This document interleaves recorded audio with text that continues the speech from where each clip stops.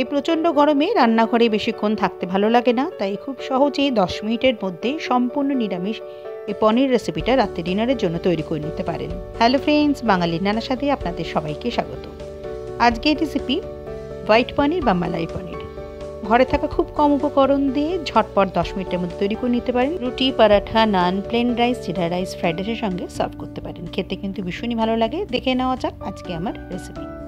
আমি এখানে 200 গ্রাম পনির নিয়ে নিয়েছি। পনিরটা আবার মিডিয়াম পিস করে আমি কেটে নেব। আপনারা আপনাদের পছন্দ মতন পনিরটা পিস করে নিতে পারেন। এই রেসিপিটা রান্না করতে মাত্র 10 মিনিট সময় লাগে, খেতে কিন্তু ভীষণই ভালো হয়। আপনারা আপনাদের প্রয়োজন মতন পনিরটা এখানে নিয়ে নিতে পারেন। দেখুন আমি এরকমই টুকরো করে নিয়েছি। একটা মিডিয়াম সাইজের ক্যাপসিকাম নিয়েছি, একটা ছোটো দেখে টমেটো নিয়েছি। এবার ক্যাপসিকামটা কেটে নেব। আমি ক্যাপসিকামের হাফটা ব্যবহার করব। ক্যাপসিকামের পরিমাণটা আপনারা আপনাদের পছন্দ মতন বাড়ি বা কমিয়ে নিতে পারেন। আমি চৌকো করে ক্যাপসিকামগুলো কেটে নেব। আপনারা চাইলে রেড ইয়েলো কালারের ক্যাপসিকামও ব্যবহার করতে পারেন। ক্যাপসিকাম চৌকো করে কাটা হয়ে গেছে। টমেটোর দানা ফেলেও চৌকো করে আমি কেটে নিয়েছি। একটা মিক্সি জার নিয়ে নিলাম। এবার হোয়াইট পেস্টটা তৈরি করে নেব। দিয়ে দিচ্ছি 1 টেবিল চামচ পোস্ত, 2 টেবিল চামচ চারমগজ, আর দেবো 6-7টা কাজু বাদাম। আপনারা চাইলে পোস্তর পরিমাণটা বাড়িয়ে দিতে পারেন। যদি এর মধ্যে যে কোনো একটা না থাকে, একটা ছাড়াও দুটো দিয়ে করে নিতে পারেন। এবার অল্প একটু নুন দিয়ে ঢাকা দিয়ে একটা মিহি গুঁড়ো করে নেবো। নুনটা দিলে গুঁড়ো করতে সুবিধা হয়। দেখুন এরকমই গুঁড়োটা করে নিতে হবে। এবার এর মধ্যে দিয়ে দিচ্ছে একটা কাঁচা লঙ্কা। এই রান্নাতে খুব বেশি ঝাল হয় না, ঝালটা আপনারা আপনাদের স্বাদ অনুযায়ী দেবেন। অল্প করে একটু জল দিয়ে একটু গুলে নিলাম। তারপরে ঢাকা দিয়ে একটা পেস্ট তৈরি করে নেব। দেখুন পেস্টটা তৈরি করা হয়ে গেছে। এরকমই তৈরি করে নিতে হবে। পেস্টটা রেখে দেবো। এবার একটা বাটি নিয়ে নিচ্ছি, এর মধ্যে দিয়ে দেবো 2 টেবিল চামচ টক দই নিয়ে নিলাম।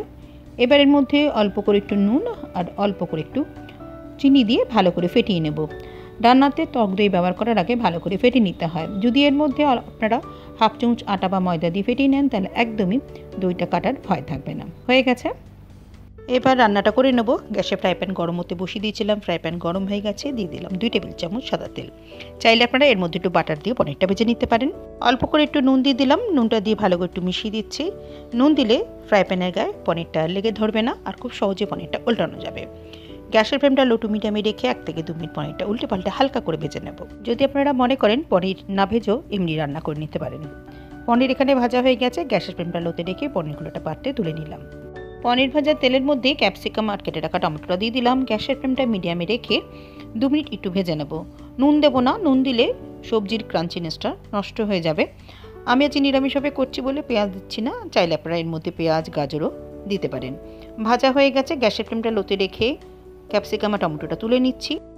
ওই ফ্রাই প্যানের মধ্যে দিয়ে দিচ্ছি 1 টেবিল চামচ সাদা তেল। চাইলে আপনারা এই সময় বাটারও দিতে পারেন, তাহলে টেস্টটা ভালো হবে। গ্যাসের ফ্লেমটা লোতে রেখে একটা দারচিনি মাঝখান থেকে ভেঙে দিয়ে দিলাম, আর 2টো ছোটো এলাচের মুখ ফাটিয়ে দিয়ে দিচ্ছি, আর দেবো 2 থেকে 3টে লবঙ্গ। আপনারা যদি পেঁয়াজ দিয়ে খান, তাহলে এই সময় বেটে নেওয়া পেঁয়াজটা এর মধ্যে দিয়ে দেবেন। আমি আজ নিরামিষভাবে করছি সেজন্য হাফ চামচ আদা বাটা দিয়ে দিলাম। আদাটা একটু ভেজে নেব। আদাটা যাতে পুড়ে না যায় তার জন্য অল্প একটু জল দিয়ে দিচ্ছি। গ্যাসের ফ্লেমটা কিন্তু লোতেই আছে, লোতে রেখে ভাজতে হবে। দিয়ে দিচ্ছি হাফ চামচ জিরের গুঁড়ো, 1 চামচ দেবো ধনের গুঁড়ো। আমি হলুদ আর লঙ্কার গুঁড়ো ব্যবহার করছি না, যেহেতু গ্রেভির কালারটা হোয়াইট রাখবো। গ্যাসের ফ্লেমটা লোতে রেখেই মশলাটা কষিয়ে নিতে হবে। মশলাটা এখানে শুকিয়ে গেছে। অল্প করে একটু জল দিয়ে দেবো, নাহলে মশলাটা পুড়ে যাবে আর কাঁচা গন্ধটা থেকে যাবে। এই জলটা শুকিয়ে যখন তেল ছেড়ে দেবে, তখন মনে করবেন মশলাটা কষানো হয়ে গেছে। দেখুন তেল ছেড়ে দিয়েছে। এবার হোয়াইট পেস্টটা এর মধ্যে দিয়ে দিচ্ছি। গ্যাসের ফ্লেমটা লোতে রেখে অনবরত নাড়তে হবে, যেহেতু কাজু বাদাম দেওয়া আছে, তলায় কিন্তু লেগে ধরতে পারে। এখানে হোয়াইট পেস্টটা শুকিয়ে গেছে, তাই মিক্সি জারটা ধুয়ে অল্প করে একটু জল দিয়ে দিলাম। জলটা দিয়ে ভালো করে মিশিয়ে একটু কষিয়ে নেব। যখন এর থেকে তেল ছাড়বে, তখন মনে করবেন হোয়াইট পেস্টটা দিয়ে ভালো মতন কষানো হয়ে গেছে। হোয়াইট পেস্টটা থেকে তেল ছেড়ে দিয়েছে। এবার ফেটিয়ে রাখা টক দইটা গ্যাসের ফ্লেমটা লোতে রেখে দিয়ে দিলাম। চাইলে আপনারা এই সময় গ্যাসের ফ্লেমটা অফ করে দিতে পারেন। ভালো করে হোয়াইট পেস্টের সঙ্গে মিশিয়ে নিতে হবে। অনবরত নাড়তে হবে। 2 মিনিট এভাবে নাড়লেই দেখবেন এর থেকে তেল ছাড়ছে, তখন মনে করবেন দইটা দিয়ে ভালো মতন কষানো হয়ে গেছে। দইয়ের বাটিটা দিয়ে অল্প একটু জল দিয়ে দিলাম। মিক্সি জারের মধ্যে আমি 2 কাপ মতন গরম জল দিয়ে ধুয়ে জলটা দিয়ে দিলাম। আপনারা যে যেরকম গ্রেভি রাখবেন সে অনুযায়ী এখানে গরম জল ব্যবহার করতে হবে। চাইলে আপনারা দুধও দিতে পারেন। এই রেসিপিতে খুব একটা কিন্তু ঝোল হবে না। ভেজে রাখা পনিরটা দিয়ে দিলাম, ভালো করে মিশিয়ে নিয়ে গ্যাসের ফ্লেমটা মিডিয়ামে রেখে 2 থেকে 3 মিনিট ফুটিয়ে নেব। 2টো কাঁচা লঙ্কা চিড়ের মধ্যে দিয়ে দিলাম। ঝালটা আপনারা আপনাদের স্বাদ অনুযায়ী দেবেন। এই সময় একটু চেক করে নেবেন, আপনাদের স্বাদ অনুযায়ী যেটা লাগবে দেখে দিয়ে নেবেন। আমি দেখে নিয়েছিলাম একটু মিষ্টি আর নুন কম ছিল, তাই স্বাদ মতন চিনি একটু নুন দিয়ে ভালো করে একটু মিশিয়ে নিলাম। গ্রেভিটা দেখুন আগের থেকে অনেকটাই গাঢ় হয়ে গেছে। গ্যাসের ফ্লেমটা লোতে রেখে 1/2 চামচ গরম মশলার মধ্যে দিয়ে দিচ্ছি। যদি আমি পেঁয়াজ দিয়ে করতাম তাহলে চিনির পরিমাণ একটু কম লাগতো। গ্রেভিটা কিন্তু এরকম একটু হালকা রাখতে হবে, খুব বেশি গাঢ় করবেন না, ঠান্ডা হয়ে গেলে বসে যাবে। গ্যাসের ফ্লেমটা লোতে রেখে ভেজে রাখা টমেটোর ক্যাপসিকামটা দিয়ে দিলাম, দিয়ে একটুখানি মিশিয়ে নেব।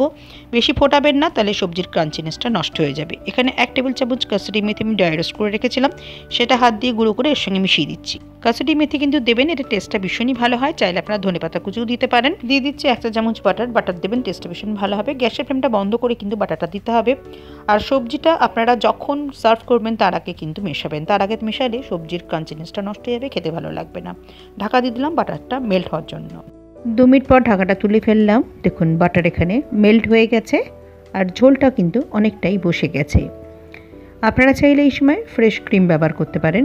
আমি আজকে দিচ্ছি না, ভালো করে মিশিয়ে নিয়ে সার্ভ করার জন্য একটা প্লেটের মধ্যে তুলে নিচ্ছি। প্লেন রুটি, পরাঠা, নান, প্লেন রাইস, জিরা রাইস, পোলাও, ফ্রায়েড রাইস সব কিছুর সঙ্গে খেতে কিন্তু ভীষণই ভালো লাগে। আর 10 মিনিটের মধ্যে ঝটপট তৈরি করে নেওয়া যায়।